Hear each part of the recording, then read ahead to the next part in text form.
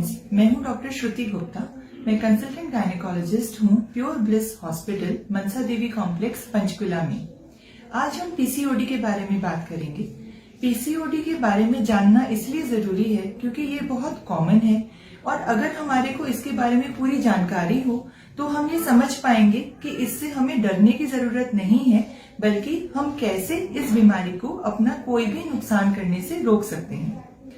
कब हम ऐसा सोचें कि ये पीसीओडी के लक्षण हो सकते हैं, तो ये अलग अलग एज में अलग अलग सिम्टम्स के साथ प्रेजेंट कर सकती है। जब पीरियड स्टार्ट होते हैं एडोलसेंस में, जैसे 15 to 20 इयर्स की एज में, सडनली वजन बढ़ना, चेहरे पे अनचाहे बालों का आना या बहुत ज्यादा पिंपल्स होना, पीरियड्स का बहुत लेट होके होना, बहुत देर से आना और जब आए तब बहुत ज्यादा या बहुत कम आना पीसीओडी के लक्षण हो सकते हैं। 20 to 30 इयर्स, 20 to 35 इयर्स की एज में इन लक्षणों के साथ साथ एक प्रोमिनेंट सिम्टम बन जाता है इनफर्टिलिटी, यानी कि प्रेगनेंसी ना कर पाना।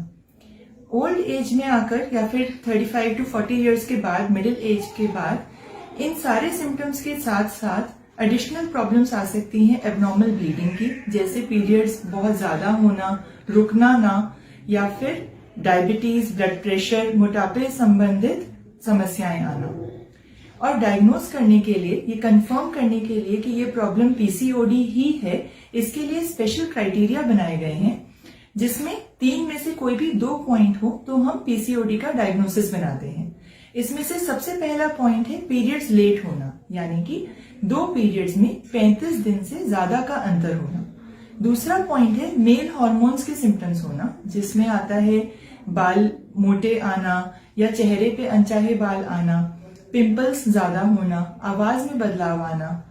इसके अलावा जो तीसरा पॉइंट है वो अल्ट्रासाउंड से डायग्नोज होता है, जिसमें हम ओवरीज की शक्ल देखते हैं कि ओवरीज कैसी दिख रही हैं। ओवरीज पीसीओडी में पॉलीसिस्टिक ओवरीज, जिससे इस बीमारी को ये नाम मिला है, वैसी पाई जाती हैं, यानी कि उसमें मल्टीपल छोटे छोटे सिस्ट्स बन जाते हैं। इन सिस्ट्स को कोई ट्यूमर या निकालने की जरूरत नहीं है, पर ये इस चीज का संकेत होते हैं कि वो हार्मोनल इम्बैलेंस हमारी बॉडी में चल रहा है। तो ओवरीज की ऐसी शक्ल इसलिए होती है कि इस प्रॉब्लम में अंडा बनना तो शुरू होता है, पर वो फूटता नहीं, टाइम से रिलीज नहीं होता, और इस वजह से प्रेगनेंसी होने में भी दिक्कत आती है। तो ये प्रेगनेंसी होने की दिक्कत बहुत स्पेशल है, क्योंकि ये कंप्लीटली इनफर्टिलिटी नहीं है। अगर हमारे को पीसीओडी है पर हम प्रेगनेंसी नहीं चाहते, तो हमें फिर भी कोई ना कोई कॉन्ट्रासेप्शन इस्तेमाल करना चाहिए ताकि कोई अनचाही प्रेगनेंसी ना हो जाए। इसके अलावा अगर हमें प्रेगनेंसी चाहिए तो हम स्पेशल ट्रीटमेंट ले सकते हैं ताकि अंडा हर महीने बने और हमारी प्रेगनेंसी होने के चांसेस बढ़ जाएं। इसी के अलावा अगर हम बाकी सिम्टम्स के लिए ट्रीटमेंट करना चाहते हैं पीसीओडी का, तो इसके लिए बहुत सी दवाइयां मार्केट में उपलब्ध हैं जो कि अलग अलग सिम्टम पे फोकस करती हैं। कुछ पीरियड्स को रेगुलेट करने के लिए हैं, कुछ स्पेशली स्किन सिम्टम्स को, हेयर ग्रोथ को, पिंपल्स को कंट्रोल करने के लिए हैं, तो कुछ प्रेगनेंसी करने के लिए हैं, या फिर डायबिटीज या ब्लड प्रेशर कंट्रोल के लिए हैं। लेकिन एक मैनेजमेंट ऐसी है जो इन सभी सिम्टम्स को कंट्रोल कर सकती है और प्रेगनेंसी करने में भी हमें हेल्प कर सकती है, और वो है लाइफस्टाइल मैनेजमेंट, यानी कि एक अच्छी जीवन शैली अपनाना, जिसमें सबसे इंपॉर्टेंट है डाइट और एक्सरसाइज।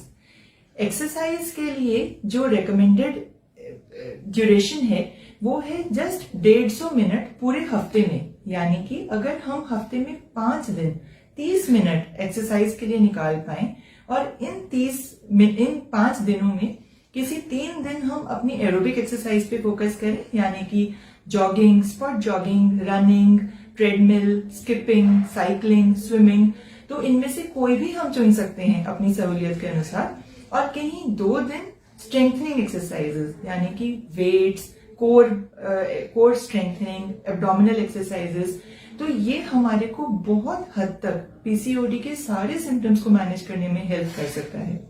इसके साथ साथ डाइट मैनेजमेंट से हम इंश्योर कर सकते हैं कि हमारा अगर 5% भी वेट लॉस हो जाए, यानी कि अगर हमारा वेट 80 kgs है और आइडियल वेट 60 kgs है, तो हम 20 kg ना टारगेट करके अगर सिर्फ 4 किलो भी लूज कर पाए तो हम बहुत सारी पीसीओडी की परेशानियों से मुक्ति पा लेंगे।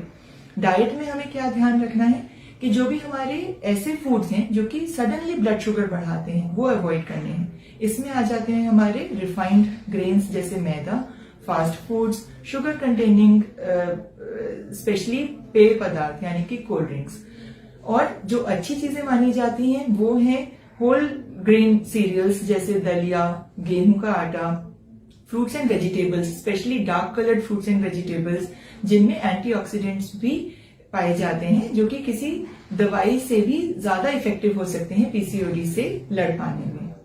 इसके अलावा पीसीओडी के साथ कई बार तनाव या डिप्रेशन के सिम्टम्स आने लगते हैं। इससे लड़ना भी बहुत जरूरी है और अगर हम अपनी लाइफस्टाइल को अपने कंट्रोल में रख रहे हैं तो वो पीसीओडी के सिम्टम्स को तो कंट्रोल करता ही है, साथ ही हमें ये कॉन्फिडेंस देता है कि हम अपनी लाइफ को अपने हिसाब से मैनेज कर रहे हैं और उसको अच्छा करने के लिए कुछ कर रहे हैं। मेडिटेशन और योगा भी इस रिलेशन में हमारे को बहुत मदद करते हैं। आजकल कोविड-19 के साथ हम हॉस्पिटल जाना अवॉइड करना चाहते हैं, जिम्स नहीं ज्वाइन कर सकते, तो हमें ऐसे में चाहिए कि हम इस टाइम को यूटिलाइज करते हुए घर में ही एक्सरसाइज करने का एक साधन बनाएं जो कि बहुत आसान है। सिंपल स्पॉट जॉगिंग या स्किपिंग कोई भी अपने घर में कर सकता है।